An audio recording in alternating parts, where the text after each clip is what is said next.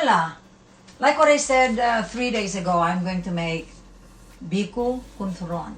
Today, we're going to be showing it to you personally what I'm going to make. We cook the glutinous rice, 3 cups of it, in my 2 quarts. Now it's already ready. We preheated our 11-inch, of course, 0.28 pots. We are going to put the coconut cream in it.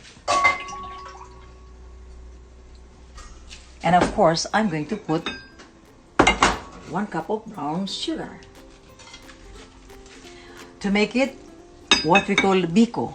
So now, we are going to stir it slowly in a low heat. And you can see now this rice, glutinous rice, is already ready. When our coconut cream will become thicker, we're gonna dump the glutinous rice inside of it. And we wait for 5 minutes and we'll cover it, and it is ready to cool it down. Now, after cooling it down, all you have to do is to wrap it in our spring roll wrapper. And of course, like what I said, you can alternately you can put jackfruit. However, I'm going to put Philadelphia cheese cream and stuff it inside.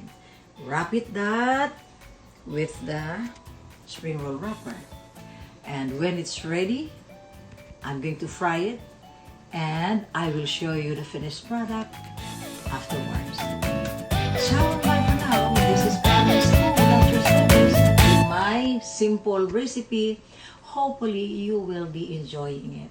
Thank you, and be safe. With this kind of situation, we need to be strong in our spirit and emotion, especially with our body belt and body health. Thank you. Ciao.